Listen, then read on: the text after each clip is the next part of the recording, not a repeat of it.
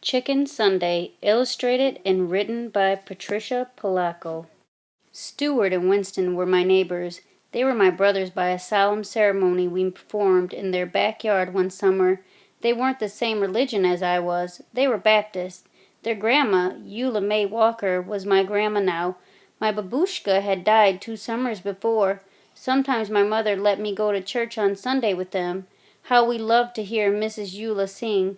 She had a voice like slow thunder and sweet rain. We'd walk to church and back. She'd take my hand as we crossed College Avenue. Even though we've been churchin' up like decent folks oughta, she'd say, I don't want you to step in front of one of those too fast cars. You'll be as flat as a hen's tongue. She squeezed my hand. When we passed Mr. Kudinski's hat shop, Mrs. Eula would always stop and look in the window at the wonderful hats. Then she'd sigh, and we'd walk on.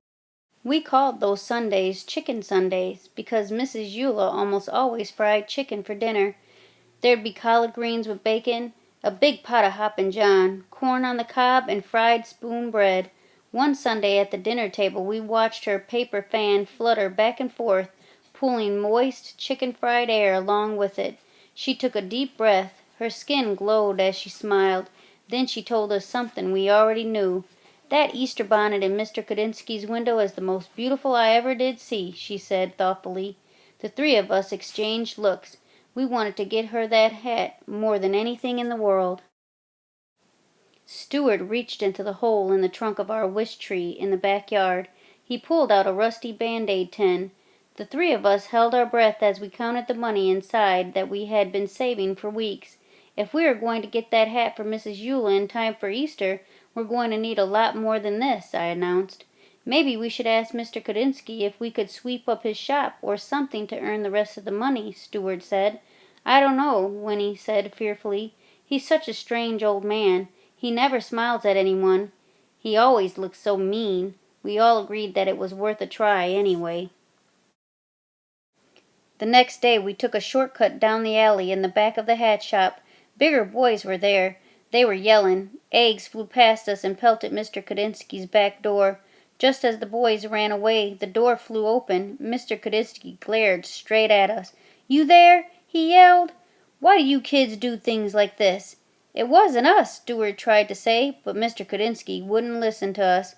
All I want to do is live my life in peace. I'm going to call your grandmother, he shouted as he wagged his finger in Stewart's face. Mrs. Eula was waiting in her living room for us. Mrs. Eula, we didn't throw those eggs, I sobbed. Some boys did it, Stewart sputtered. What were you doing in the back of his shop in the first place, she asked. We knew that we couldn't tell her the truth, so we just stood there and cried. She looked at us for a long while. Baby dears, I want to believe you. Heaven knows that I brought you children up to always tell the truth. If you say you didn't do it, then I believe you. It is too bad, though, she went on to say. That poor man has suffered so much in his life, he deserves more than eggs thrown at him. You know, he thinks you threw those eggs. You'll have to show him that you are good people. You'll have to change his mind somehow. In my kitchen the next day we thought and thought. How can we win him over when he thinks we threw those eggs? Stewart asked. He doesn't even like us, Winston chirped. Eggs, I said quietly. Eggs? Stewart asked. Eggs! I screamed. I went to the kitchen drawer and took out a lump of beeswax, a candle, a small funnel with a wooden handle, and some packets of yellow, red, and black dye. Mom helped me show the boys how to decorate eggs the way my bubby had taught us, the way they did it in the old country. We made designs on the eggshells with hot wax, then dyed them, and finally melted the wax patterns off. We put the eggs in a basket, and even though we were afraid, marched into Mr. Kudinski's shop and put them on the counter. He raised his eyebrows and glowered at us. Then his eyes dropped to the basket. Spasiba, he said softly. That means thank you in Russian. Paisanki eggs, he said as he looked closely. I haven't seen these since I left my homeland. We didn't throw those eggs at your door, Mr. Kudinski, we told him. He looked at us for a minute. Well, then, you have great courage to be here. Schutzpah. You have schutzpah. Then his eyes glistened and his mouth curled into a warm smile. Come have some tea with me." We spent the whole afternoon talking together, having poppy seed cake and strong tea. He told us about his life, and we told him about ours. When we finally got the courage to ask him about doing odd jobs to earn some extra money, he apologized and told us that there was no work. We didn't tell him what we wanted the money for. It didn't seem the right thing to do. Our hearts sank. "I tell you this," he said thoughtfully, "these eggs are as beautiful as my hats." Steward, Winnie, and I looked at each other. "It is almost Easter," he went on to say. "I'm sure that people would love these eggs. Set up a table and sell them right there in my shop." For the next few days we worked very hard. We made almost a dozen Pysanky eggs. When people came in, they picked them up and said things like beautiful, splendid, intricate, glorious. We sold them all in one single day. That afternoon, when all the eggs were gone, we counted our money. We had more than enough for the hat.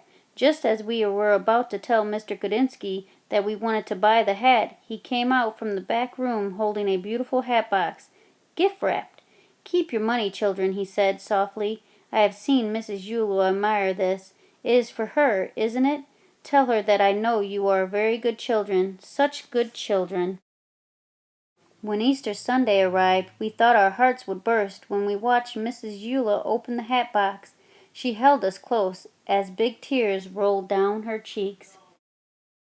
Our hearts sang along with the choir that Sunday. She looked so beautiful in that hat. When it was time for her solo, we knew that she was singing just for us. Her voice was like slow thunder and sweet rain. Later that day, as Mrs. Eula sat at the head of the table, she said, "Oh, baby dears, I can die happy now, and after I'm dead, on Chicken Sundays, I want you to boil up some chicken, bones, gravy and all, and pour it over my grave, so late at night when I'm hungry, I can reach right out and have me some." Then she rolled her head back and laughed from a deep, holy place inside. Winston Stewart and I are all grown up now.